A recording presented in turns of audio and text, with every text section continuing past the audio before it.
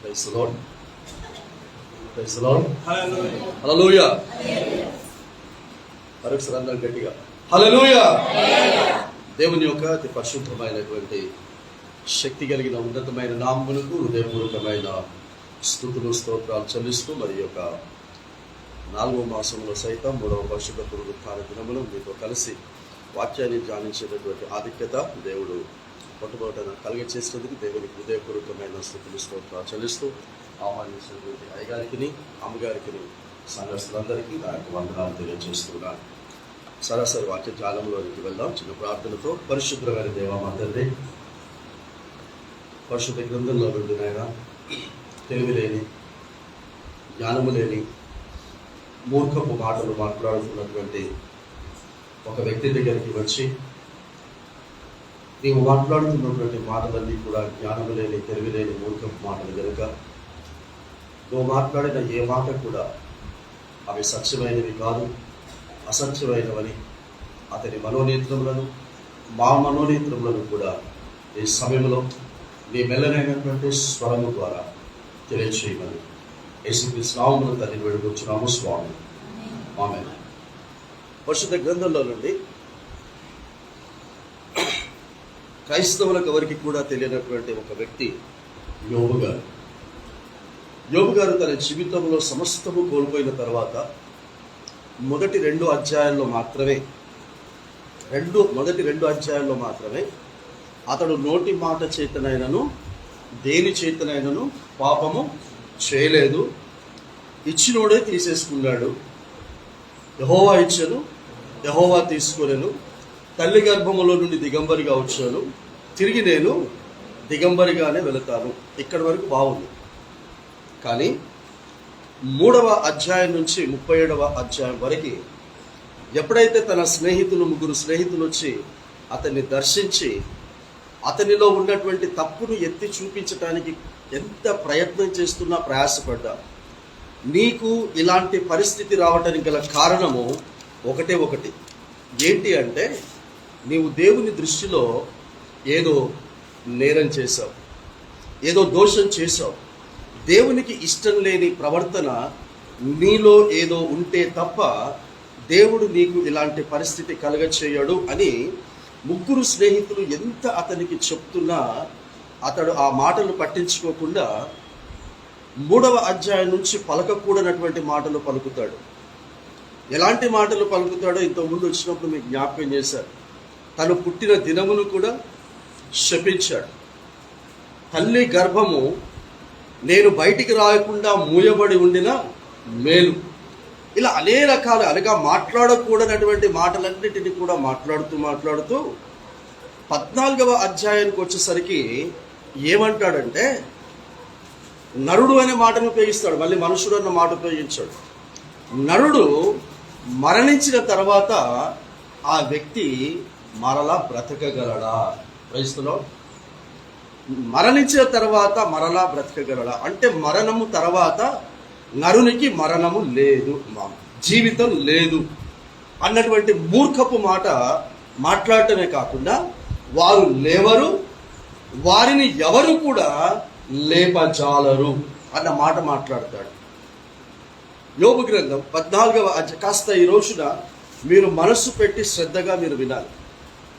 వేరే ఏ వాక్యాలు మనం అటు ఇటుగా విన్నప్పటికీ కూడా ఇది కాస్త లోతైనటువంటి అంశం. మీరు మనసు పెట్టి వింటే కానీ మీకు అర్థం కాదు. 14వ అధ్యాయంలో 7వ వచనంలో ఒక చెట్టు గురించి మాట్లాడతాడు. ఆ చెట్టు ఎలాంటి పరిస్థితుల్లోనైనా సరే అది మరలా చిగుర్చుకోగలదు అని చెప్తాడు. ఆ వేరు మొద్దు కూడా మొత్తం చీకిపోయినప్పటికీ కూడా ఏది ఏమైనప్పటికీ కూడా నీటి వాసన చేత అంటాడు. నీరు కూడా అవసరం లేదట, నీటి వాసన తగిలితే చాలు అది మరలా చిగురుస్తుంది, మొలుస్తుంది, అది గొప్ప వటవృక్షముగా మార్చబడుతుంది. అయితే ఏమంటాడంటే 10వ వచనం, అయితే చదవండమ్మా 14:10 అయితే నరులు మరణమై కదలలేక పడియుందురు, ప్రాణము విడిచిన తర్వాత వారేమయుందురు, ఇంకిపోవునో హరించిపోవునో అలాగుననే నరులు పండుకొని తిరిగి లేవరు. ఆకాశము గతించిపో వరకు వారు మేలుకొరరు, ఎవరును కూడా వారిని. క్రైస్తవుడు హల్లెలూయా. ఇది బైబిల్లో రాయబడి ఉంది కాబట్టి ఇది సత్యం అని అనుకుంటారు. ఎందుకంటే బైబిల్లో రాయబడి ఉంది కదా. మరి బైబిల్లో ఇది రాయబడినప్పుడు ఇది సత్యము కాదు అని మనం ఎందుకు అనుకోవాలి అని అంటే 37వ అధ్యాయం వరకు ఈ వ్యక్తి ఏం మాట్లాడినా అన్నిటినీ భరించాడు, సహించాడు. కానీ 38వ అధ్యాయానికి వచ్చేసరికి దేవుడు ఇతడి మాటలు సహించలేకపోయాడు, ఇతడు మాటలు భరించలేకపోయాడు, ఇతడు మరీ మితిమీరి మాట్లాడుతున్నాడన్న ఉద్దేశంతో 38వ అధ్యాయంలోనికి వచ్చిన తర్వాత దేవుడు యోబుతో ఏమని మాట్లాడతాడో చూడండి ఒకసారి. మొదటి వచనం, అప్పుడు యెహోవా సుడిగాలిలో నుండి ఈలాగున యోబునకు ప్రత్యుత్తరం ఇస్తాడు. అంటే ఈయన మాట్లాడాడు, ఈయన ఉత్తరం ఇస్తున్నాడు. ఇప్పుడు ఈయన మాట్లాడిన మాటలకి ప్రత్యుత్తరము ఎవరిస్తున్నారు? దేవుడు ఇస్తున్నాడు. ఏమని ఇస్తున్నాడు? నువ్వు మాట్లాడుతున్నటువంటి మాటలు సరి అయినవి అని ఇస్తున్నాడా? నువ్వు మాట్లాడుతున్న మాటలు సరి అయినవి కావు అని ఇస్తున్నాడా? అంటే సరి అయినవి కావు అని ఇస్తున్నాడు.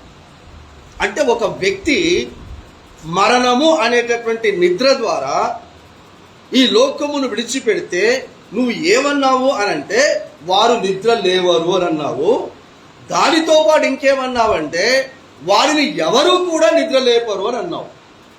అది శుద్ధ తప్పు. క్రైస్తవులో అని అని అర్థం వచ్చేటట్టుగానే అన్నాడా లేదా బేట? చదువులేదా?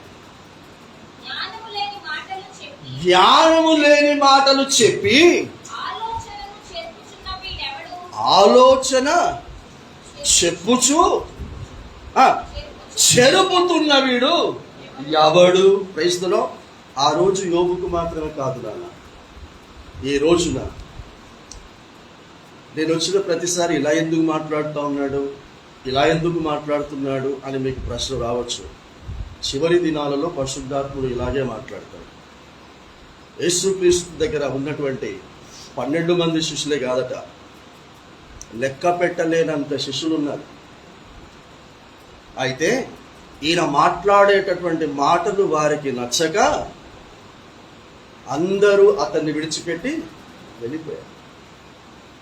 అప్పుడు ఈ 12 మంది వైపుకు తిరిగి మీరు కూడా చెప్పండి, మీరు కూడా వారు వెళ్ళిపోయిన విధముగా వెళ్ళిపోతారా అని అడిగితే ఆ 12 మందికి వక్తగా పేతురు ఎప్పుడైనా మాట్లాడతాడు. పేతురు మాట్లాడాడంటే 12 మంది మాట్లాడాలనుకున్నవి పేతురు చెప్పేశాడు అని అర్థం. పేతురు ఏమంటాడు? పేతురు గారు ఏమంటారంటే, మేము ఎక్కడికి వెళ్తామయ్యా, నీవు జీవపు మాటలు గలవాడవు కనుక ఈ జీవపు మాటలను విడిచిపెట్టి మేము ఎక్కడికి వెళ్ళమయ్యా అని ప్రారంభములో పలుకుతారు.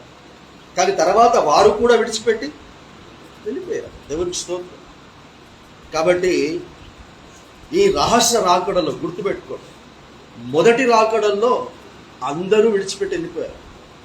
తిరిగి ఈ 40 దినాలలోనే 3.5 సంవత్సరాల్లో మరణం కాకముందు యేసు చేసినటువంటి దానికంటే మరణమై తిరిగి లేచి ఈ 40 దినాలలో ఈస్టర్ నుండి, అంటే ఈస్టర్ అంటారు కాబట్టి నేను అంటున్నాను, ఈస్టర్ అన్న పదం ఉపయోగించు కానీ ఈస్టర్ నుండి ఈ రోజు వరకు ఎన్ని దినాలైందో మీరు లెక్క పెట్టుకోండి, ఇంకా ఎన్ని దినాలు మిగిలిందో మీరు లెక్క పెట్టుకోండి.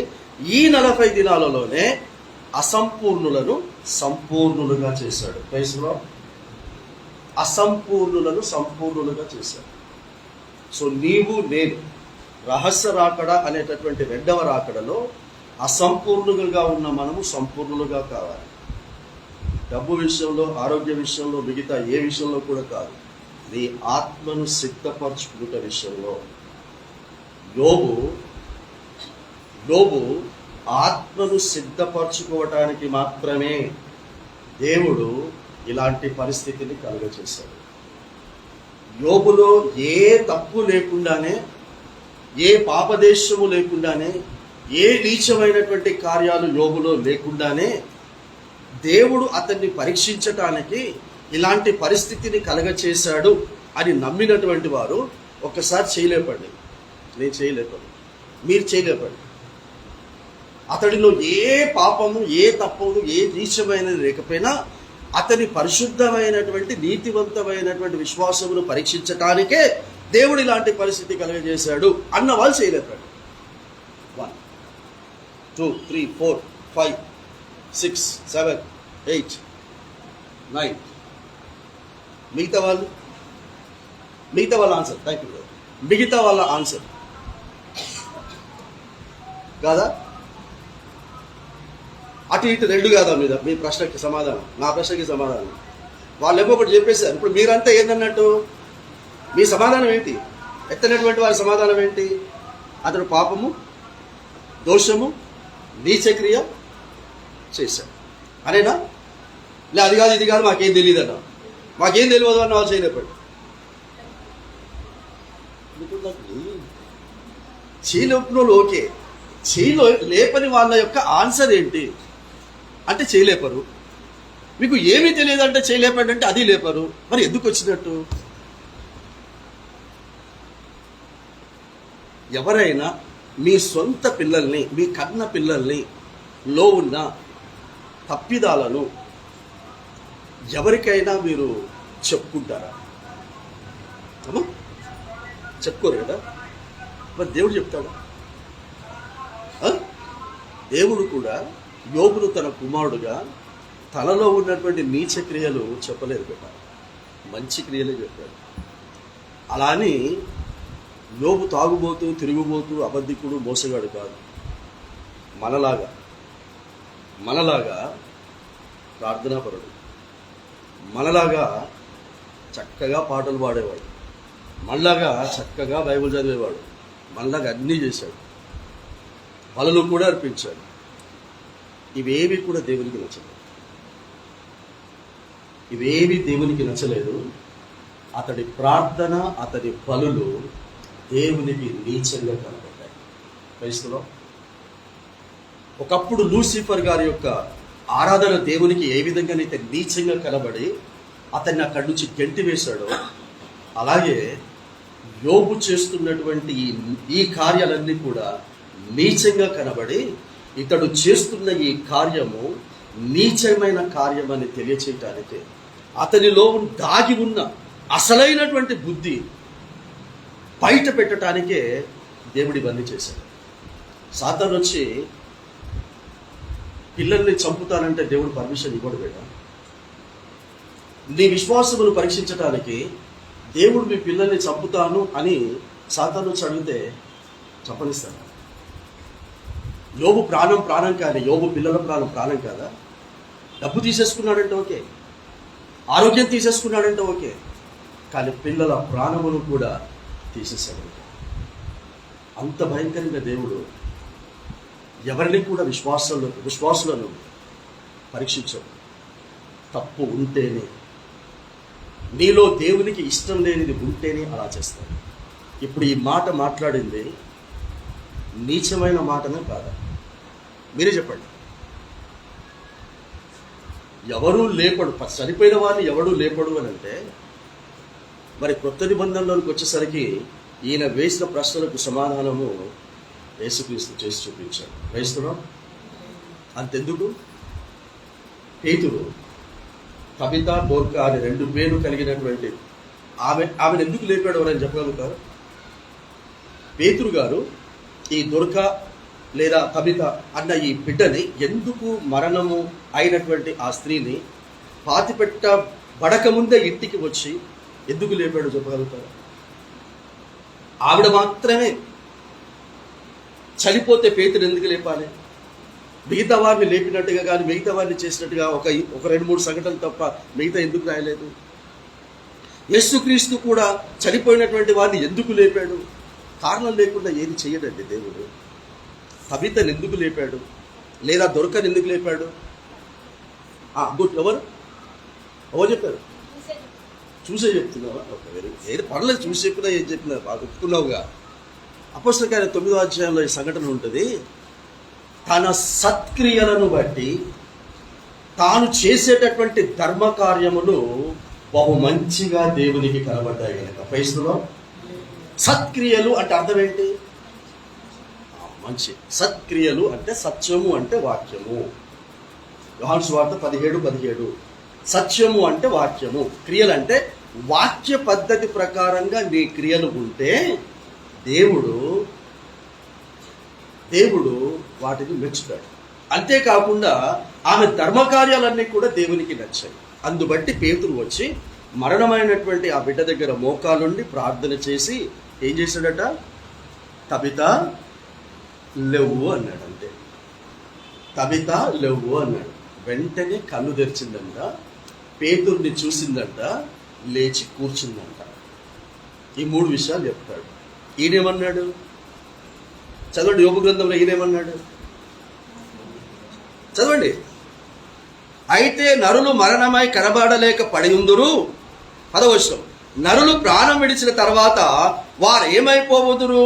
తటాక జలములు ఎట్లు ఇంకిపోవును, నీరు ఎట్లు ఎండి హరించిపోవును, అలాగులనే నరులు పండుకొని తిరిగి లేవరు. ఆకాశము గతించిపోవు వరకు వారు మేలుకొనరు, ఎవరును వారిని నిద్ర లేపారు. మన అక్కడ పేతురు గారు లేపారు. అంతకంటే ముందు యేసు తోమ గారితో కానీ శిష్యులతో కానీ లాజరు విషయంలో ఏమన్నాడు? చనిపోయిన వాడిని బ్రతికిద్దాము అన్నాడా? అతన్ని నిద్ర లేపుదాము అన్నాడా? నిద్ర లేపుదాము అన్నాడు. ఇక్కడ ఈ తబిత విషయంలో మాత్రము శవము అన్న పదాన్ని ఉపయోగించాడు. శవము దగ్గర మోకాళ్ళు ఉన్ని, అక్కడ నిద్ర అన్న పదాన్ని ఉపయోగించలే. శవము దగ్గర మోకాళ్ళుని ప్రార్థన చేసి వెంటనే కళ్ళు తెరిచింది, పేతురుని చూచింది, లేచి కూర్చుంటే ఆయన చెయ్యి పట్టుకొని, తబిత చెయ్యి పట్టుకొని ఎవరికి అప్పగించాడమ్మా? చూసేపకమని. ఎందుకంటే స్త్రీలకి ఇది చాలా సుపరిచితమైనటువంటి వాక్యం. ఎవరికి అప్పగించాడు? కుటుంబస్తులక, పరిశుద్ధులకును విధవరాలకు ఆ బిడ్డను అప్పగించాడు. దేవునికి స్తోత్రం. నీవు నిద్ర మేల్కొనిన తర్వాత ఎవరికి అప్పగించబడతావు? మరణము నుంచి నువ్వు తిరిగి మేల్కొనిన తర్వాత ఎవరికి అప్పగించబడతావు? ఎవరితో నువ్వు కలుసుకుంటావు? పరిశుద్ధులతో నువ్వు కలుసుకుంటావు. Praise the lord. పరిశుద్ధులతో నువ్వు కలుసుకుంటావు. అంతేకాకుండా మిగతా ఏమన్నాము ఇప్పుడు? భర్త చనిపోతే ఆ స్త్రీని ఏమంటారు? విధవరాలకు అప్పగించబడటము అని అంటే సమస్తమును కూడా దేవుని నిమిత్తం వదులుకున్నటువంటి వాళ్ళు అని అర్థం పెట్టారు. దేవునికి స్తోత్రం, హల్లెలూయా. కాబట్టి అక్కడ 38వ వచనంలోకి వచ్చి ఈయన మాట్లాడే మాటలన్నీ కూడా తప్పు అని 2 అధ్యాయాల వరకు మాట్లాడతాడు దేవుడు. ప్రతి ఒక్కరి ఆలోచన నువ్వు చెరిపేస్తున్నావు. భవిష్యత్తులో నీ గ్రంథాన్ని చదువుకున్నటువంటి వారు ఆలోచన మారిపోయి చెడిపోయే పరిస్థితి ఉంది యోబు. ఈరోజు కూడా చాలా మంది సేవకులు మీలాంటి వారిని చెడగొట్టడానికి ఈ పరిశుద్ధ గ్రంథాన్ని చేత పట్టుకొని బోధిస్తున్నారు. జాగ్రత్త. Praise the Lord. వాళ్ళ మాటలు విని మోసపోకు. ఇంత మంచి శ్రేష్టమైనటువంటి విశ్వాస పరిశుద్ధ జీవితాన్ని నీ చేతులతో నీవే నాశనము చేసుకోకూడదనే దేవుడు నీతో మాట్లాడుతూ ఉన్నాడు. వారి పరిశుద్ధ గ్రంథంలో నుంచి నీకు బోధిస్తాడు. వానికంటే సాతానుకు వేరే గ్రంథం లేదు.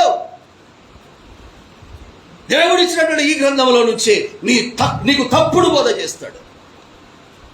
ఆ తప్పుడు బోధను మిటిమిడి జ్ఞానంతో నీకు ఆదికాండం నుంచి ప్రకటన గ్రంథం వరకు నీకు సరిగా వాక్యం తెలియదు కనుక వాడు చెప్పేది సత్యమని చెప్పి ఈ గెత్సేమనే ప్రార్థన మందిరంలో బోధించే బోధ తప్పు అని అనుకొని రహస్య రాకడలో ఒకవేళ రాకడ ఆలస్యమైతే నువ్వు మరణిస్తే నువ్వు లేవవు. జాగ్రత్త. Praise the Lord. నిన్ను ఎవడు కూడా లేపజాలడు. ఈ రాయబడిన 10వ వచనం నీ జీవితంలో జరిగిపోతుంది. నీ జీవితంలో జరగాలి అని అంటే, నువ్వు మరణించిన తర్వాత నిన్ను లేపాలి అంటే, నువ్వు లేవాలి అని అంటే తప్పకుండా ఈ లోకములో సమస్తమును కూడా విడిచిపెట్టి ఉన్నది ఉన్నట్టుగా సువార్త ప్రకటించేటటువంటి బోధనే నువ్వు వినాలి. నువ్వు నీచురాలివి అంటే నువ్వు మనస్ఫూర్తిగా యాక్సెప్ట్ చేయాలి. నువ్వు దౌర్భాగ్యుడివి అని అంటే మనస్ఫూర్తిగా దౌర్భాగ్యుడిని అని ఒప్పుకోవాలి. నన్ను దౌర్భాగ్యుడు అంటాడా, నన్ను నీచురాలు అని అంటాడా, నన్ను అదంటాడా ఇదంటాడా అంటే నీచురాలు అనకపోతే ఏమంటారు? దౌర్భాగ్యుడిని దౌర్భాగ్యుడు అనకపోతే ఏమంటారు? అమ్మా ఓ పురుషుడా అని నిన్ను అనొచ్చా? ఓ స్త్రీ అని నిన్ను అంటే ఊకుంటావా? అయ్యా ఓ స్త్రీ అని నిన్ను సంబోధిస్తే అరే నువ్వు నన్ను స్త్రీ అంటావేంటి అంటే నువ్వు పురుషుడు కాబట్టి నిన్ను పురుషుడు అన్నారు, నువ్వు స్త్రీ కాబట్టి నువ్వు స్త్రీ అన్నావు, నువ్వు మోసం చేస్తే నిన్ను మోసగత్తని అంటారు, నువ్వు అబద్ధికుడు అయితే నేను అబద్ధికుడే అని అంటారు. అన్న తప్పేముంది? కాబట్టి 38, 39 వరకు యోబుతో దేవుడు మాట్లాడుతున్నప్పుడు వీళ్ళకి బుద్ధి వచ్చింది. యోబుకు బుద్ధి వచ్చి వెంటనే 40వ అధ్యాయంలో 4వ వచనంలో ఏమంటాడో తెలుసా? నేను నీచుడను ప్రభువా అంటాడు. వయసులో అన్నాడా? ఏం చేశాడు మరి నీచమైన కార్యం? ఏం చేశాడు నీచమైన కార్యము? బాలు 2వ వర్ష త్రోవలు వానికి నేర్పించుము, పెద్దవాడైనప్పుడు వాడు అందులో నుంచి. మరి పెద్దవారైన తర్వాత ఎందుకు తొలగిపోయారు? పెద్దవారైన తర్వాత ఎందుకు తాగుబోతులయ్యారు? పెద్దవారైన తర్వాత తండ్రిలాగా ఎందుకు లేరు వాళ్ళు? యోబు మాత్రమే ఎందుకు యథార్థవర్తనుడు? యోబు మాత్రమే ఎందుకు న్యాయవంతుడు? యోబు మాత్రమే ఎందుకు దేవుని యందు భయభక్తులు గలవాడు? యోబు మాత్రమే చెడుతనమును విసర్జించిన వాడు ఎందుకు? యోబు భార్య ఎందుకు కాలేదు? యోబు రక్తం పంచుకొని పుట్టినటువంటి పిల్లలు ఎందుకు కాలేదు? ఆ యోబుని బట్టి వారందరినీ కూడా దేవుడు క్షమించవచ్చు కదా? నో. అపోస్తలుల కార్యం 10వ అధ్యాయంలోకి వచ్చేసరికి ఇక్కడ యోబు మాత్రమే అన్నవాడు 10వ అధ్యాయంలోకి వచ్చేసరికి కొర్నేలి కుటుంబం అంతటితో కూడా కలిసి, హల్లెలూయా, కొర్నేలి భార్య, కొర్నేలి పిల్లలందరూ కూడా ప్రార్థనా పరులు బెట. దేవునికి స్తోత్రం. 10వ అధ్యాయం 1వ వచనం. అమ్మగారు మీరు కాస్త చదువుతారా? ఎవరైనా ఒకరు? అమ్మ చదువుబెట్ట త్వరగా.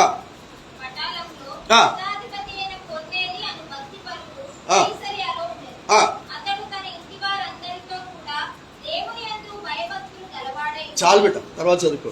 ఏమనుందమ్మా? కొర్నేలి తన ఇంటి వారందరితో కూడా దేవుని యందు భయభక్తులు గలవాడు, ప్రార్థనా పరుడు, బహుధర్మం చేయగలవు. కానీ యోబు విషయంలోకి వచ్చేసరికి దేవుడు చేయమన్నది చేయకుండా దేవుడు చెయ్యొద్దు అన్నది చేస్తున్నాడు. అరే నువ్వు వారిని భక్తిలో పెంచరా, నీలాగా తయారు చేయరా అంటే నేనంటే వాళ్ళు బాధపడతారు ప్రభా, నేనంటే వారు ఇబ్బంది పడతారు ప్రభా అని మొహమాట పడి రోజు ఉదయం నేను లేచి ఏం చేస్తున్నాడట? వారు చేసిన పాపాలను క్షమించు అని ఆయన దగ్గర ఉన్న ప్రతి పశువును దేవునికి ఏ విధమైనటువంటి బలులు అర్పించాలో అవన్నీ కూడా అర్పిస్తూ ఉన్నాడట. చివరికి ఏం మిగులుతుంది? అన్ని ఇచ్చుకుంటూ పోతే ఏమవుతుంది? ఉంటాయా మేమన్నా? చాలా కుటుంబాలు ఈ రోజున పిల్లల్ని బట్టి అన్నీ పోగొట్టుకుంటున్న స్థితిలో ఉన్నారు. మన వయసులో పిల్లల పరిస్థితులను బట్టి ఆస్తులను కూడా అమ్ముకునే స్థితిలో తల్లిదండ్రులు వచ్చేసారు. ఎందుకు? వారిని పెంచాల్సిన స్థితిలో పెంచకుండా వారు ఎక్కడ బాధపడతారో, ఎక్కడ దుఃఖపడతారో, వాడు అడిగిందల్లా చేయకపోతే ఈరోజు సడన్గా ఒక ఫోన్ వచ్చేస్తుంది. ఫోన్ వచ్చేసి నువ్వు లోన్ కట్టకపోతే, నువ్వు లోన్ తీసుకున్నావు, లోన్ కట్టకపోతే మేము ఇంటికి వస్తాం, అది చేస్తాం, ఇది చేస్తాం అనేసరికి వెళ్ళగా అమ్మ దగ్గరకు వచ్చి అమ్మమ్మ ఇది అయిపోయింది. ఏం చేస్తుంది అమ్మ? మరి ఆయన గెలవకుండా 1,00,000 కట్టేస్తుంది. ఆ 1,00,000 కట్టిన మళ్ళీ వారం రోజులకు మళ్ళీ చివరికి కట్టి ఆ కుటుంబం అంతా అట్లా యోబు ఎక్కడైపోతాడో అన్న ఉద్దేశంతో అవేవో నేనే తీసేస్తే అయిపోతుందిగా. 40వ అధ్యాయంలో 4వ వచనంలో నేను నీచుడను ప్రభువా, ఏమని నీకు ప్రత్యుత్తరం ఇస్తాను, ఇక్కడ మీదట నేనేం మాట్లాడకుండా నా నోటి మీద వేలేసుకుంటాను. చదువుట. చిత్తగించుము,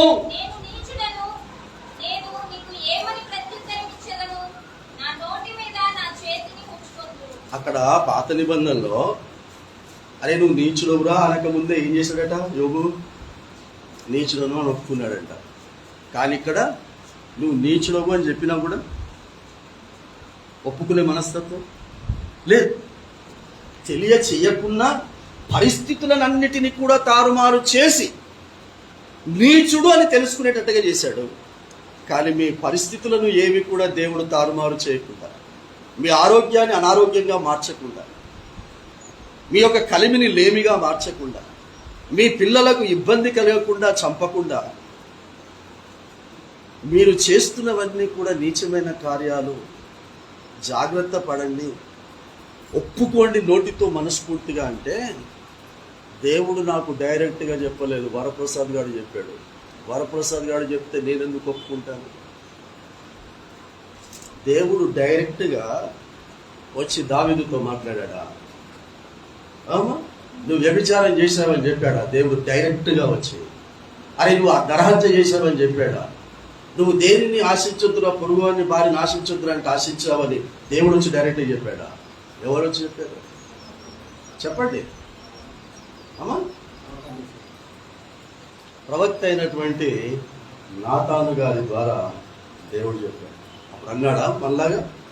దేవుడు నాకు డైరెక్ట్గా చెప్పలేదు, ఈడవడు నాతాను గాడు చెప్పడానికి అని అనింటే సౌలు కంటే కూడా భయంకరంగా చచ్చిపోయేవాడు. అలా మనస్ఫూర్తిగా ఒప్పుకోని సౌలు పరిస్థితి ఏమైందో మీ అందరికీ తెలుసు. నేను ఖచ్చితంగా చెప్తున్నాను, వచ్చిన ప్రతిసారి కూడా అయ్యగారు విసుకొచ్చి సంఘస్థులకు ఇబ్బంది కలుగుతుంది అని నన్ను పిలిచినా పిలవకపోయినా పర్వాలేదు, కానీ ఒక్కరు వచ్చినా ఇద్దరు వచ్చినా చాలు, ఎవ్వరు రాకపోయినా చాలు, మేమేం కూర్చొని వాక్యం చెప్పుకుంటాం, మేమేం కూర్చొని రహస్యరాకడికి సిద్ధపడతాం. ఈ పనికి మాలిన గొర్రబొచ్చు కప్పుకున్నటువంటి తోడేళ్ళు ఆయనకు అక్కర్లేదు, మాకు అక్కర్లేదు. నువ్వు గొర్రెగా సిద్ధపడాల్సిందే. యోబు సిద్ధపడుతున్నాడు, మనస్ఫూర్తిగా ఒప్పుకుంటున్నాడు, నేను నీచులను తప్ప ఇక మీదట నేను ఏ నీచమైన పని చేయను. లూసిఫర్ అక్కడ ఆరాధన చేస్తే నీకు నచ్చలేదు, ఇక్కడ నేను ప్రార్థన పూర్వకంగా క్షమించు అని బలులు అర్పిస్తే కూడా నీకు నచ్చలేదు, అది నీచమైనటువంటి కార్యమని నాకు తెలియచేశావు, ఇక మీదట ఆ పని చెయ్యను. ఒకవేళ మరలా నువ్వు నాకు పిల్లల్ని ఇస్తే వాళ్ళ కొరకు ఈ విధంగా ప్రార్థన చేయను, చిన్ననాట నుండే నీలో పెంచుతాను ప్రభువా అని మనస్సులో హృదయంలో తీర్మానం తీసుకున్నాను కదా. అందుకే మరలా పిల్లల్ని ఇస్తే ఆ పిల్లలు మరలా పాపం చేసి చచ్చిపోయినట్టు లేదు కదా. అలాంటి పిల్లలు భూప్రపంచంలోనే లేరు అని రాస్తారు. ఆ కుమార్తెల అది శరీరాంతం గురించి మాత్రమే కాదమ్మా, ముఖ వర్చస్సు గురించి మాత్రమే కాదు, హృదయ మనస్సు అందం గురించి మాట్లాడాడు. సో ఎవరు లేకపోతే అన్నాడు 38 ఇది 14 అధ్యాయంలోనే ఒక ప్రక్క తప్పు మాట్లాడుతూనే ఇంకో ప్రక్క మనసు గద్దిస్తుంది. నువ్వు మాట్లాడుతుంది తప్పు, లేదు మరణమైన తర్వాత జీవితం ఉంటుంది అని తన అంతరాత్మ గద్దిస్తుంది. మనకు కూడా అప్పుడప్పుడు అనిపిస్తుంది కదమ్మా, మన పరిస్థితులను చూసి ఏదో అనేస్తాం పైకి, మళ్ళీ వెంటనే నేను మాట్లాడింది తప్పు అని మనకు కూడా అనిపిస్తుంది అప్పుడప్పుడు. అట్లాగే ఈయనకు కూడా అనిపించి వెంటనే ఏం మాట్లాడతాడో, యోబుకి వచ్చేబెట వెంటనే ఏం మాట్లాడతాడో చూడండి. 13వ వచనం, నీవు పాతాళములో నన్ను దాచిన ఎడల ఎంతో మేలు, నీ కోపము చల్లారు వరకు నన్ను చాటున ఉంచిన ఎడల ఎంతో మేలు, నాకు ఇంతకాలమని నువ్వు నియమించిన తర్వాత నన్ను జ్ఞాపకము చేసుకొనవలనని నేను ఎంతో.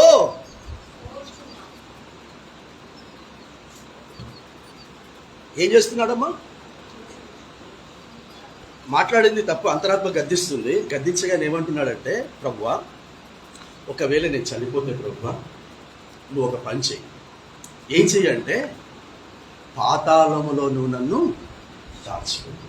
వయసులో అంటే అతనికి తెలుస్తుంది, మనిషి చనిపోయిన తర్వాత భూమి క్రింద ఉన్నటువంటి పాతాళము అన్నటువంటి పేరుతో 2 భాగాలు ఉంటాయి. క్రింది భాగము నిత్యము మండుచు ఉన్నటువంటి అగ్ని, దాని పేరు నరకము అని తెలుసు. పాతాళములోనే ఎత్తైనటువంటి ఒక భాగం ఉంటుంది, పాతాళములోనే దాని పేరు పరదైసు అని కూడా తెలుసు. అర్థమవుతుంది. అయితే బ్రహ్మ నేను చనిపోతే నన్ను ఎక్కడ దాచిపెట్టు చెప్పండి, ఎక్కడ దాచిపెట్టు? పరదైసు అన్న ప్రాంతంలో నన్ను దాచిపెట్టు. అలా నువ్వు దాచిపెట్టాలంటే నేను ఎప్పుడు మరణం కావాలి, ఎప్పుడు నువ్వు నన్ను పిలుచుకోవాలి అని కోరుతున్నాడంటే నీ కోపము నా మీద చల్లారు వరకు. వయసులో నీ కోపము నా మీద చల్లార్చు ప్రభువా అని ప్రార్థిస్తున్నాడంటే దేవుడు ఎవరి మీద కోపడతాడని మీకు చెప్పాను, ఇతర సేవకుల ద్వారా మీరు విన్నారు. దేవుడు ఎవరి మీద కోపడతాడు? నేను చెప్పా, ఇక్కడ నా ద్వారా దేవుడు మాట్లాడాడు. ఏప్రిల్ రాసిన పత్రిక 3:16 విని కోపము పుట్టించిన వారు ఎవరు? ఐగుప్తు దేశములో నుండి మోషే నాయకత్వములో బానిసత్వములో నుంచి విడిపించబడి నడిపించబడినటువంటి ఇశ్రాయేలీయులే కదా. అదే ఉందమ్మా 3:16 విని. మళ్ళీ మర్చిపోద్దమ్మా ఎప్పుడు కూడా. ఇప్పుడు మీ మీద దేవుని కోపము ఉందా లేదా మీరే చెప్పండిగా.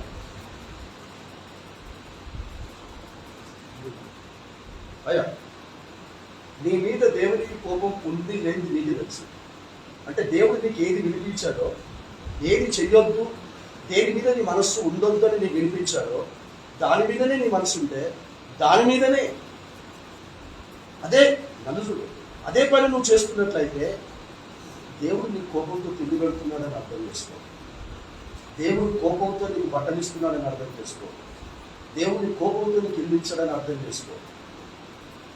దేవుడు నీకు ఏదైతే చెయ్యొద్దు అని వినిపించిన తర్వాత చేస్తావో దాని మీద నీ మనసు ఉంటుందో నువ్వు తినే తిండి దేవుడు కోపంతో పెడుతున్నాడు.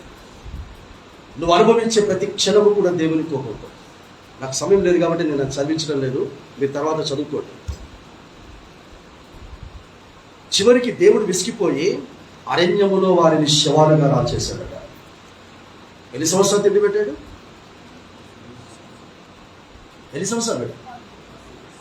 ఎలా? కోపంతో. నిజంగా మన పిల్లలు తప్పు చేస్తే మనం తిండి పెడతామో పెట్టామా? అమ్మా, అంత మాత్రమే వారి మీద ప్రేమ ఉందంట.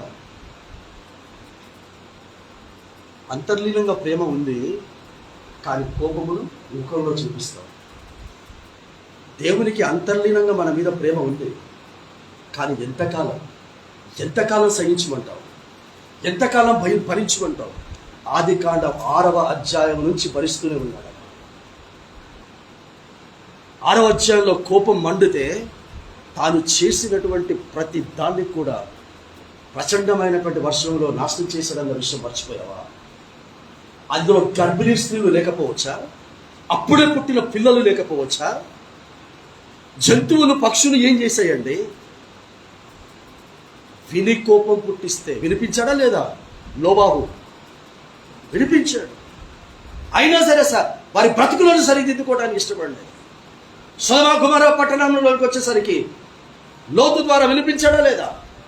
వినిపించాడు. కోపం పుట్టించాడు. ఆకాశం నుంచి అగ్నిగంధకములను కురిపించి కాల్చేశాడా లేదా? చెప్పండి అయ్యా. అందులో గర్భిణీ స్త్రీలు లేకపోవచ్చా? చంటి పిల్లలు లేకపోవచ్చా? ముసలి వాళ్ళు లేకపోవచ్చా?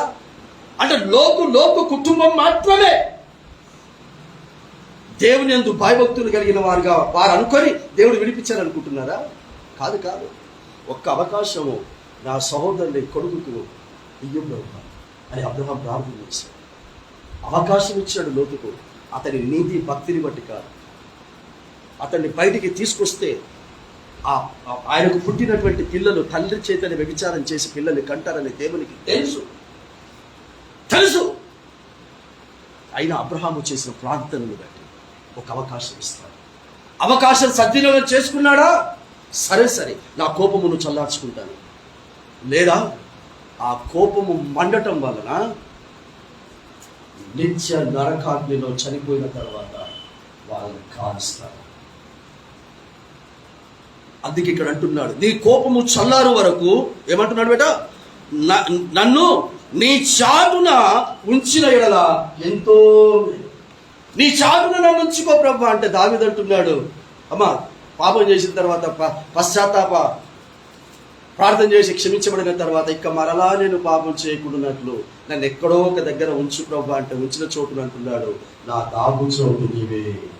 క్రైస్తవం తన ప్రాణ స్నేహితుడు యోనాతాను దగ్గరికి వచ్చి, యోనాతాను అరే ప్రాణ స్నేహితుడు కాబట్టి మీ డాడీ నన్ను చంపాలనుకుంటున్నాడు, రేపు అమావాస్య రోజు ఆయన చంపడానికి ప్లాన్ చేశాడు. అమావాస్య దినమున ఎవడైనా చంపాలని ప్లాన్ చేస్తే ఎవడు కూడా తప్పించలేడురా. అమావాస్య దాటేంత వరకు ఎల్లుండి వరకు నన్ను ఎక్కడైనా దాచిపెట్టు అని యోనాతాను అడిగితే, యోనాతాను దాచిపెట్టినటువంటి చోటు దేవుని చాటును దాచిపెట్టాడు. హల్లెలూయా. అందుకే అమావాస్య ఆరాధనలు చేయమని బైబిల్లో ఉంది. హెజ్కేలు గ్రంథం 35వ అధ్యాయం తర్వాత చదువుకోండి. ఇప్పుడు నేను చెప్పింది సమూయేలు మొదటి గ్రంథం 20వ అధ్యాయంలో ఉంది. దావీదంతటి వాడే అమావాస్య అయిపోయింటే ఎల్లుండి వరకు ఎక్కడైనా నన్ను దాచిపెట్టాడు అన్నాడు అంటే అర్థం ఏంటి? దాన్ని దృష్టిలో పెట్టుకొని హెజ్కేలు ప్రవక్త గారు అంటున్నాడు, అమావాస్య దినమున ఆలయం యొక్క తలుపులు తెరవండి. సూర్యుడు అస్తమించిన తర్వాత అస్తమించే లోపు తెరిచిన ఆలయాలను మూసేయండి. ఆ మూసేసే లోపు యాజకునితో కలిసి ఆరాధనలు చెయ్యండి. ఆ తర్వాత వాడు ఎవడైనా ఏదైనా చేస్తే నీ మీదికి రాకుండా నువ్వు చేసిన ఈ ఆరాధన నువ్వు కాపాడుతుందని దేవుడు చెప్పాడు. అందుకే దేవుడు ఏమంటాడంటే, చెయ్యవలసినవి చెయ్యక చెయ్యరానివి చేసి దేవుడు అనుగ్రహించిన మేలును పొందలేకపోతున్నావు అని అంటాడు. విశ్రాంతి దినం ఎందుకు పాటిస్తున్నామని? విశ్రాంతి దినములను అమావాస్య ఆరాధనలను చెయ్యమన్నప్పుడు విశ్రాంతి దినమును నువ్వు చేస్తే అమావాస్య ఆరాధన కూడా నువ్వు చేయాలి.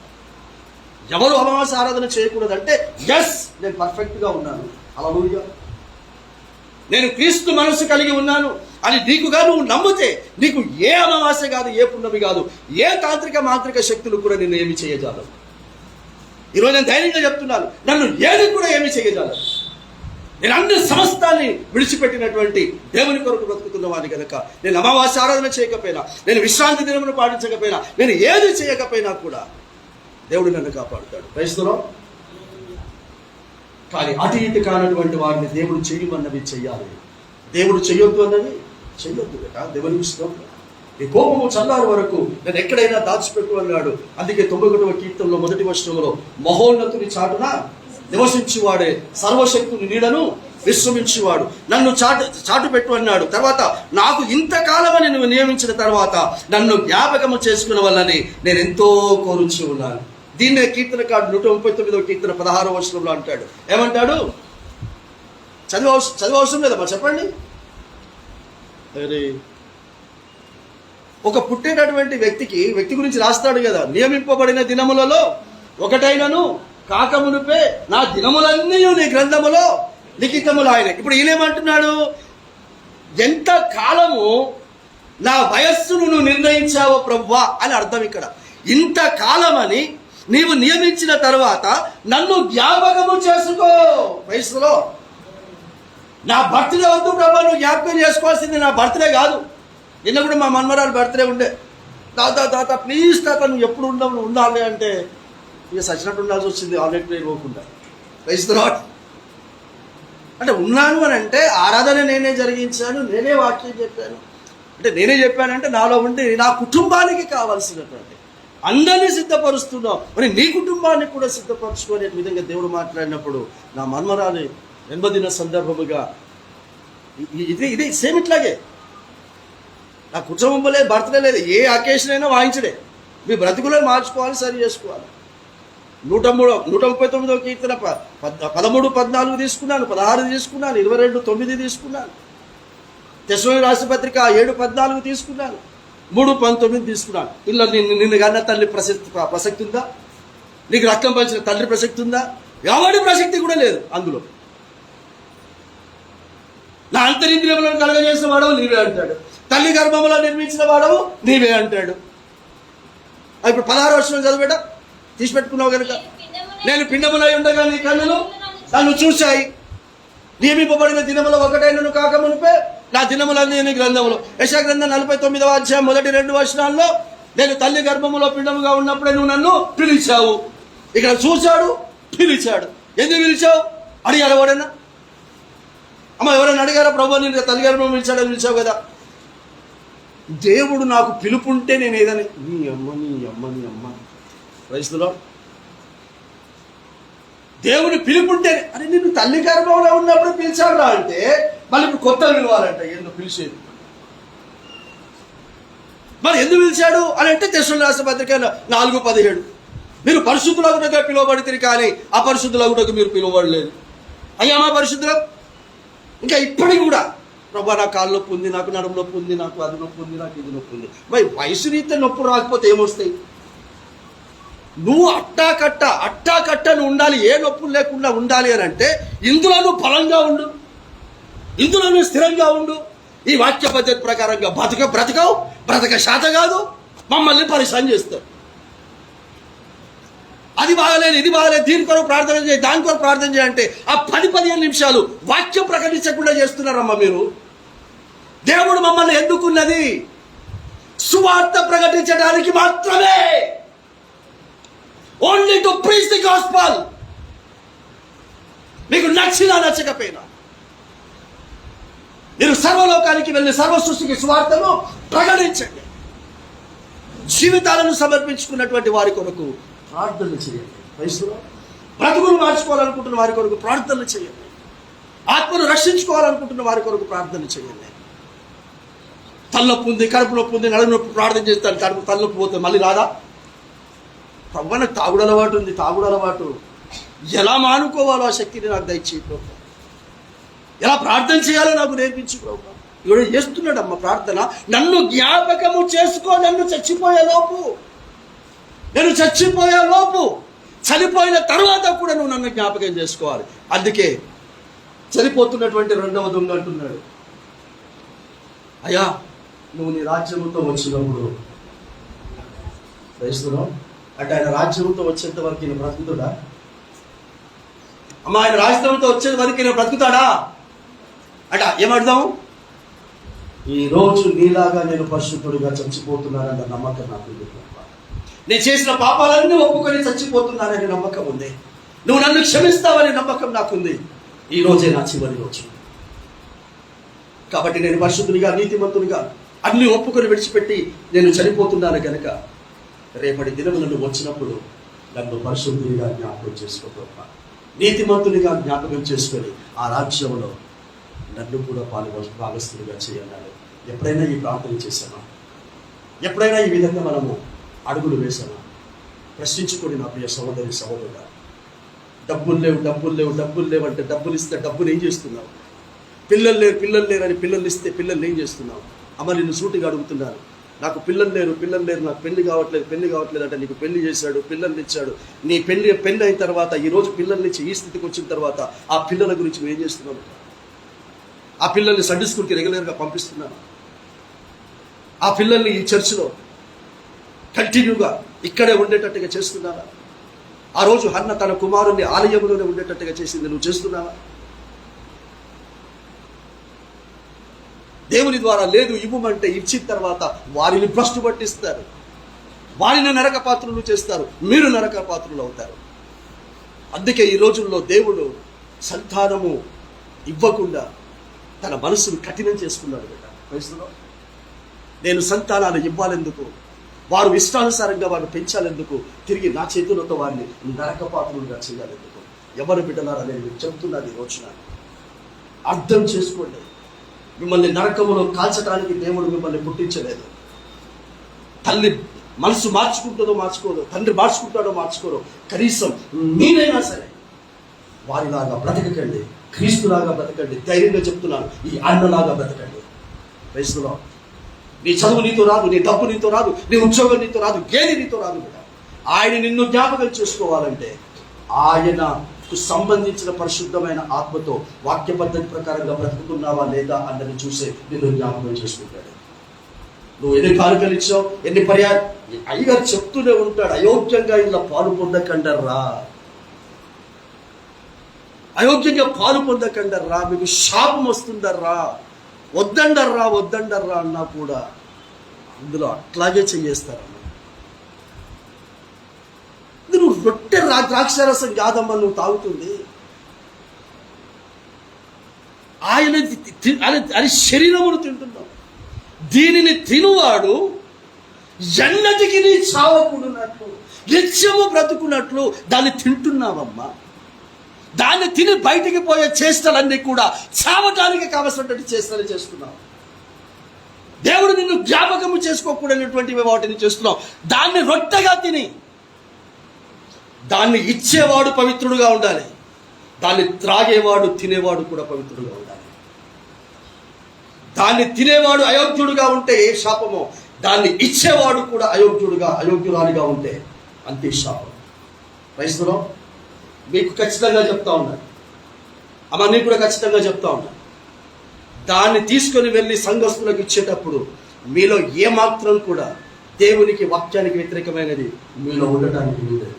వయసులో ఒకవేళ ఉంది అని అంటే అయ్యగారిని చెప్పేసి, అయ్యగారు ఈ రోజున మాకు అది తీసుకెళ్లి సంఘస్థులకు ఇచ్చే అర్హత మాకు లేదు, అయ్యగారే తీసుకెళ్ళిస్తుంది. వయసులో అమ్మగారే తీసుకెళ్ళి వచ్చేస్తుంది. తీసుకునేవాడు అయోగ్యుడైతే ఇచ్చేవాడు ఇంకేమవుతాడు. కాబట్టి చాలా చాలా పెయ్యన్ని కళ్ళు పెట్టుకొని బ్రతకాల్సినటువంటి స్థితిలో మనం ఉన్నాము. యోబు యొక్క బలులు ఎంత నీచంగా ఉన్నాయో దేవునికి, మనం చేసే ఆరాధనలు, మనం చేసే దైవికమైన కార్యాలు కూడా అంతే నీచంగా ఉంటాయి. దేవుని దృష్టిలో జాగ్రత్త. నీ కోపము నాకు ఇంతకాలం అని నువ్వు నిలిచిన తర్వాత నన్ను జ్ఞాపకం చేసుకొని నేను ఎంతో కోరుచున్నాను. మరణమైన తర్వాత నరులు బ్రతుకుదురా? బాగా వినడమ్మా. మరణమైన తర్వాత నరులు బ్రతుకుదురా అంటే ఇప్పుడు బ్రతుకున ఉంటుంది అని అంటే కదా ప్రభువా. ముందు అన్నాడు ఉండదు అన్నాడు, లేవరు అన్నాడు, లేపరు అన్నాడు. కానీ ఇప్పుడేమంటున్నాడంటే మరణమైన తర్వాత బ్రతుకుదురా, ఒకవేళ బ్రతికే అవకాశం ఉంటే అని అర్థం. అలాగూ ఉండిన ఎడలా నాకు విడుదల కలుగు వరకు నా యుద్ధ దినములన్నీ నేను కనిపెట్టుకుని, ప్రైజ్ హల్లెలూయా.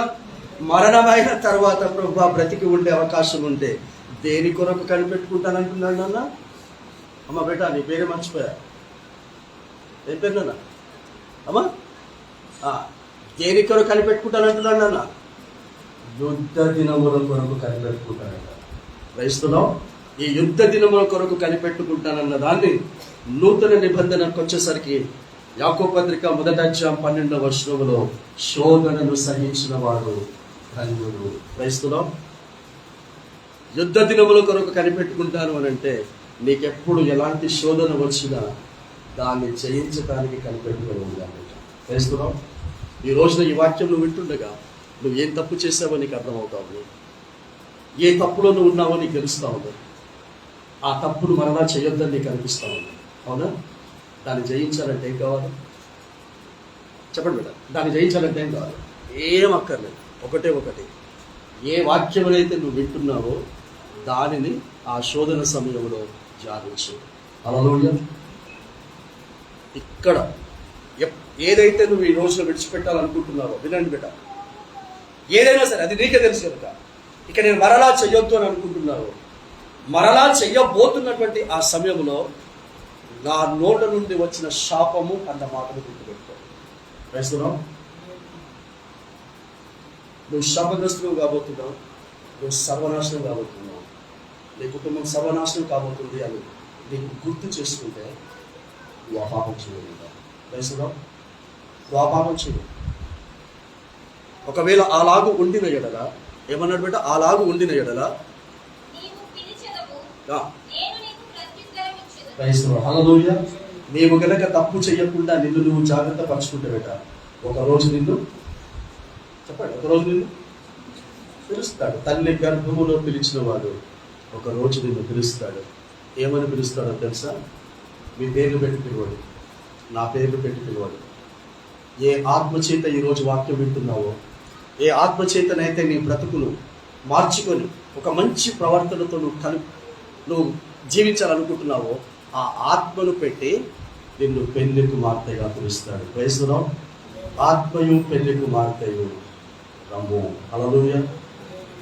వినువారందరూ కూడా ప్రత్యుత్తరము ఇవ్వవలెను రమ్ము అని. నువ్వు పిలిచెదవు, నేను ప్రత్యుత్తరము ఇచ్చేదను. ఎంతమంది ఈ పిలుపు కొరకు అమ్మా ఏంటమ్మా ఇంత అరచి ఇంత గీ పెట్టుకుంటే నీకు జోలపాటలాగా ఉండాలిగా, బాధ కలిగించకండి అమ్మా, ఇబ్బంది కలిగించకండి. మీరు వెనకాల ఎక్కడో వెళ్ళి కూర్చొని పడుకోండి, నేను వద్దనను.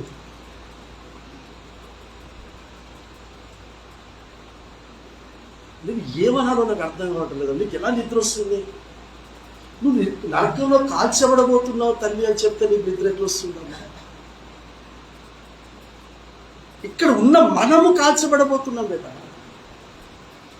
ఈ ఆరాధనలో పాలు పొందుతున్న మనము కాల్చబడబోతున్నాము. జాగ్రత్త పడండి, బ్రతుకును సరి చేసుకోండి. నీ మతము మార్చడం కాదమ్మా, మనస్సు మార్చుకో. నువ్వు ముచ్చుడు బాప్తిసం ద్వారా నువ్వు మతం మారబెట, కానీ ఈ బాప్తిసం ద్వారా నీ మనస్సు మారాలి, నీ జీవితం మారాలి. క్రీస్తు వల్ల నీ మనస్సు పూర్తిగా మారిపోవాలి, పూర్తిగా మారిపోవాలి. నేను నిజంగా ఈ రోజున చాలా మందికి ఎక్కడికి వెళ్ళినా ఒకటే చెప్తున్నా, వాళ్ళ కొరకు వీళ్ళ కొరకు బ్రతికిన బ్రతుకు చాలు చాలు. అయ్యగారికి కూడా చెప్తున్నా, అందరి కొరకు బ్రతికింది చాలా అయ్యారు. ఈ సంఘస్థుల కొరకు కూడా బ్రతికింది చాలా అయ్యారు. మీ కొరకు మీరు బ్రతకండి. దేశంలో మీ ఆత్మ పరలోక రాజ్యంలో చేర్చబడడానికి అదే మీ ఆత్మ పరలోకంలో చేర్చబడడానికి. అలా ఆత్మ పరలోకంలో చేర్చబడకపోవడానికి మన కుటుంబస్తులైనా సరే, ఎవడైనా సరే ఏ పని చేయమని మనల్ని చెప్పినా చేయకండి. ఎంతవరకు చేసింది చాలు. వాళ్ళేమనుకుంటారో వీళ్ళేమనుకుంటారని పరిశుద్ధ గ్రంథానికి వ్యతిరేకంగా చేసినవి చాలు కదా. ఏ క్షణములోనైనా ఆయన రాబోతున్నాడు. ఆ క్షణములో ఆయన పిలుస్తాడు, నేను పెళ్లి కుమార్తె. ఎందుకు నన్ను పెళ్లి కుమార్తె అని పిలుస్తున్నావంటే, నా ఆత్మ ద్వారా నువ్వు పెళ్లి కుమార్తెగా సిద్ధపడ్డాను కనుక అన్నప్పుడు ఆ స్వరము వెళ్ళాలి కదా. శోధనను సహించువాడు ధన్యవుడు, అట్టివాడు శోధనకు నిలిచిన వాడై దాన్ని ఎదిరించి జయిస్తే తన్ను ప్రేమించినటువంటి వారికి ఇలాంటి శోధనలు కలుగచేసి జయించే శక్తిని ఇచ్చి అతనికి జీవక్రియలను ధరింపచేస్తాడు కదా. హల్లెలూయా. ఇప్పుడు నీకు శోధనలను తట్టుకునే శక్తి నాకు కావాలి అని ప్రార్థన చేయమని అడుగుతారా? శోధనలను రాకుండా చేయమని ప్రార్థన చేయించుకుంటారా? గట్టిగా చెప్పాలి అమ్మా. నాకు సంగుడు గొనుడు వాడుతుంది కానీ గట్టిగా వాడుతుంది. శోధన అంతేగాని నాకు ఇది ఉంది, నాకు అది ఉంది, నాకు అది లేదు, ఇది లేదు, కాబట్టి ఇవి నాకు దేవుడి పట్టానికి ప్రార్థన చేయండి అని మాత్రం మీరు చేసుకోవద్దు, ఇతరులతో కూడా చేయొచ్చు. శోధన సహించువాడు ధన్యుడు, నేను సహిస్తాను. క్రైస్తవులో ఇంట్లో ఎవడో ఒకడు నీకు తిట్టాడు, నీ భర్తని తిట్టాడు, నీ భార్యని తిట్టింది, నీ పిల్లలే తిట్టారు, నీ మన్మరాలే తిట్టారు. ఏం చేయాలి? చెప్పమ్మా. నేను ఆ రోజు సహించానని చెప్పానా? నేను మొత్తం సాక్ష్యం చెప్పలేదు, సమయం లేదని ఇంటికి వెనక అయ్యగారు చెప్పారు. ఆ రోజు వాళ్ళు ఎత్తారు, ఒక వ్యక్తి వచ్చాడు, వాళ్ళు అసలు భయమైనా కనబడుతుందా, ఎందుకు వాడిని చంపడం, అని చంపిన వాడు చంపకపోయినా ఒకటే అని అన్నారు. ఈ లోపల ఎదురుగా అంత దూరంలో నుండి పోలీస్ సైరను వ్యాన్ వస్తూ ఉంది, పోలీస్ పెట్రోలింగ్. అలా అంత దూరం నుంచి పోలీస్ పెట్రోలింగ్ వస్తుంది, సౌండ్ రాగానే వెంటనే మీరు చేతిలో ఉన్నటువంటి ఆయుధాలు తీసి ఆ పక్కన ఉన్నటువంటి పొదల్లో పడేశారు. ఈ లోపలికి దగ్గరికి రానే వచ్చేది. వాళ్ళు అలా యూటర్న్ తీసుకొని వచ్చి ఇక్కడేం చేస్తున్నారు ఈ టైంలో, ఇక్కడేం చేస్తున్నారు ఈ టైంలో అంటే, ఆల్నెట్ ప్రేయర్ వేసి వస్తున్నాను అంటే, ఆల్నెట్ ప్రేయర్ వేసి వస్తున్నాం వాళ్ళతో కలిపి, నన్ను చంపాలనుకున్న వాళ్ళతో కలిపి ఆల్నెట్ వేసి వస్తున్నాము అని అంటే, ఎక్కడంటే ఇక్కడ పటాన్చెరు ప్రాంతంలోనే చేసుకొని వస్తున్నాము అని అంటే, బ్యాగ్ అంటే బ్యాగ్ తీసి చూపించిన. బ్యాగ్లో బైబిల్ చూశాడు, అది చూశాడు, ఇప్పుడు కవర్ ఉండే ఆ కవర్ చూసుకున్నాడు, పెట్టేశాడు. ఈ రాత్రిలో తిరగొద్దు, ఎలక్షన్స్ సంబంధించినది బాగాలేవు, వెళ్ళిపోండి అని అన్నాడు. ఆ వెళ్ళిపోండి అని అనటానికి ముందు అసలు ఇక్కడ ఎందుకు ఆగావు అని అన్నాడు. ఫస్ట్ అన్నట్టు వస్తున్నావు, ఈడెందుకు ఆగావు అని అంటే, కారు ఆగిపోయింది అని. ఎందుకు ఆగిపోయింది అంటే, గడిచిన 10-15 రోజుల నుంచి నా బ్యాటరీ ప్రాబ్లం ఉంది, మార్చాలనుకుంటున్నాను, కానీ నాకు అది టైం దొరకక నేను బ్యాటరీ మార్చలేకపోయాను, అది కరెక్ట్ అయితే స్టార్ట్ చేయాలి. కార్ స్టార్ట్ చేయాలి, నేను చెప్పింది కరెక్ట్ అయితే స్టార్ట్ చేయాలి. నిజంగానే ప్రాబ్లం ఉంది, కానీ దాని కొరకు ఆగిపోలేదుగా. ఇప్పుడు నేను పుసుకునే స్టార్ట్ చేస్తే స్టార్ట్ అయితే, నేనైతే చెప్పేసా, స్టార్ట్ చేశా. ఎందుకు స్టార్ట్ అవుతుంది? స్టార్ట్ అవ్వలేదు. వెంటనే మరి ఇప్పుడు ఎట్లా అంటే, దీన్ని నెట్టితే స్టార్ట్ అవుతుంది అని చెప్పారు. దీన్ని నెట్టితే కానీ స్టార్ట్ కాదు. అందుకే ఇక్కడ ఆపాను, దిగాము, వాళ్ళని నెట్టుమని చెప్తున్నాను, నేను కూర్చోబోతున్నాను, ఈ లోపు మీరు వచ్చారు. సరే నువ్వు కూర్చో, వాళ్ళ నెట్టమంటే అలా నెట్టారు. నేను సెకండ్ గేర్ వేసాను, స్టార్ట్ అయ్యింది. ప్రైజ్లో వెళ్ళండి అన్నారు. వాళ్ళని కూడా నా కారులో కూర్చోబెట్టుకొని కొంత దూరం వచ్చిన తర్వాత వదిలిపెడితే ప్రైజ్లో నిన్న యాక్చువల్గా నేను పటాన్చర్లో ఉండాలి, దీన్ని బట్టి నేను పోలేదు. ఆ తర్వాత 10 రోజులకు నా దగ్గర నుంచి వారు తీసుకున్నటువంటి పాటల పుస్తకం పోతూ ఆ పాటల పుస్తకంలో నుంచి 3వ పాట వారికి నచ్చిందంట. అపరాధిని యేసయ్య కృప చూపి బ్రోవమయ్య. ఆ ఫోన్ నెంబర్ తీసుకొని నాకు ఫోన్ చేసి, అయ్యా నువ్వు మాకు ఒక కొత్త బ్రతుకునిచ్చావు, ఇక మేము మళ్ళీ పాత బ్రతుకులో వెళ్ళిపోవడానికి మాకు ఇష్టం లేదు, నువ్వు మరలా ఎప్పుడు వస్తావో చెప్పాయి గారు.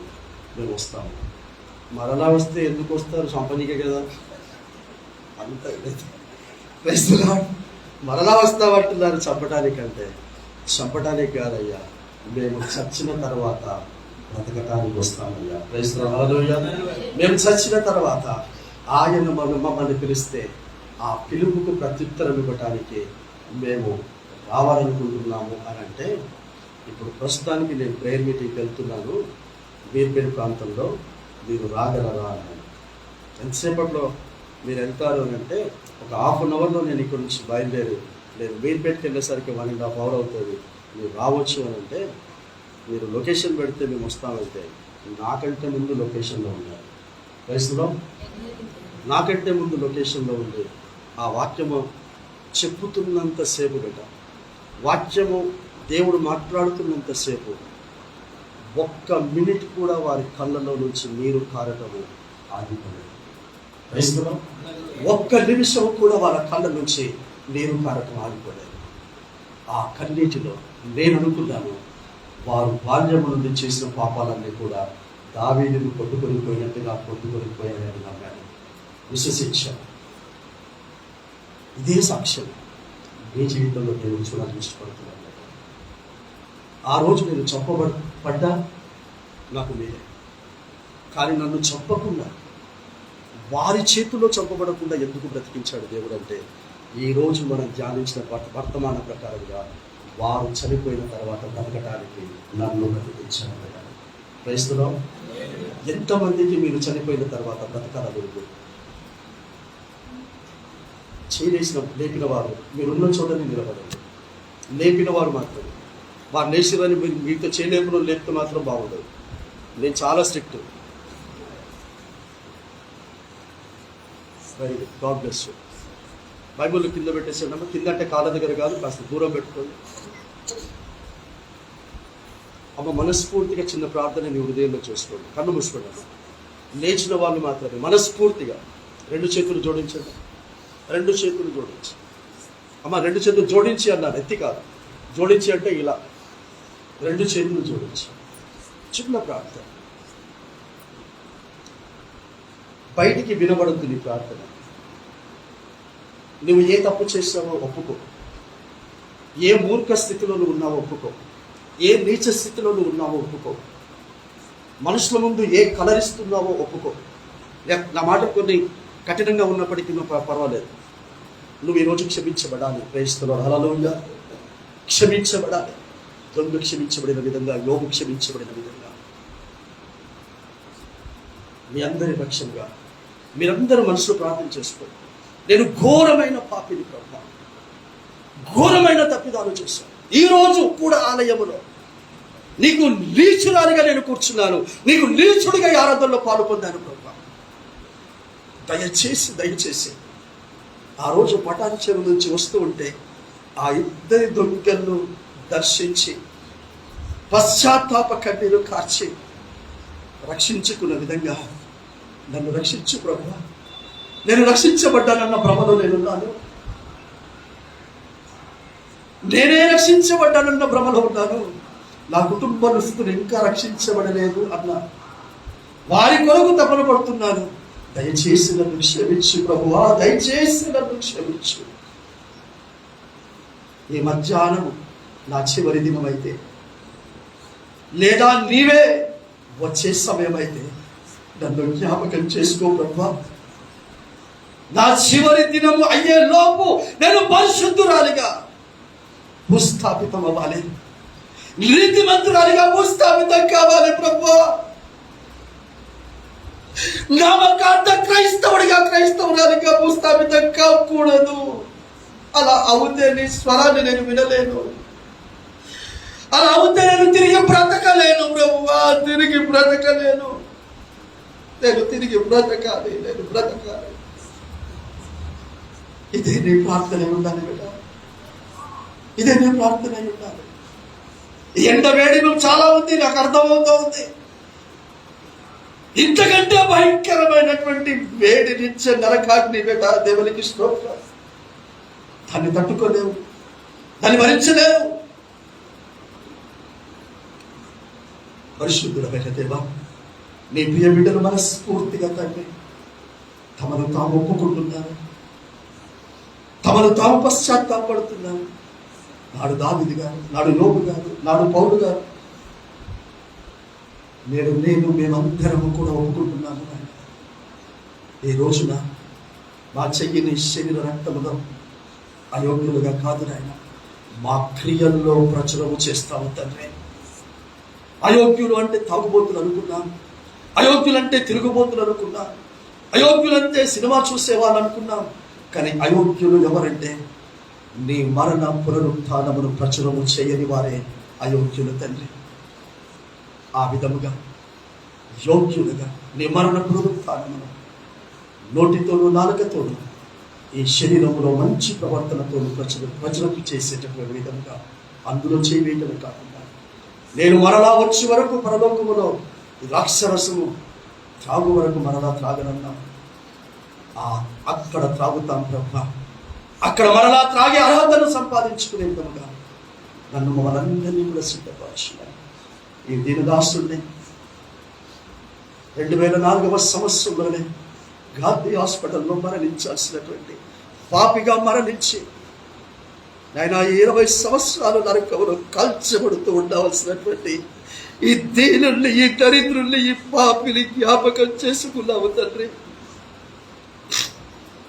దానికి కృతజ్ఞతగా నాకు ఏమీ అక్కర్లేదు నాయన, దానికి కృతజ్ఞతగా బ్రతికించిన నీ కొరకే తండ్రి ఆత్మలను రక్షించే భవిష్యత్తులో ఉంచుకునువని, అలాగే ఈ బిడ్డలందరినీ కూడా ఉంచుకునువని మా ప్రభువుని రక్షకుడైన యేసుక్రీస్తు పేరట తండ్రిని అతి వినయముగా బ్రతిమలాడి వేడుకొనుచున్నాము స్వామి. ఆమేన్. God bless you. దేవుడు మనందరినీ దీవించును.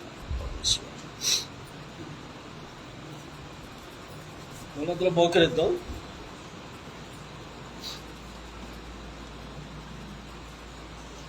అందరూ కూడా మోకరించినట్లయితే ప్రభువులలో పాల్పొందుదాం.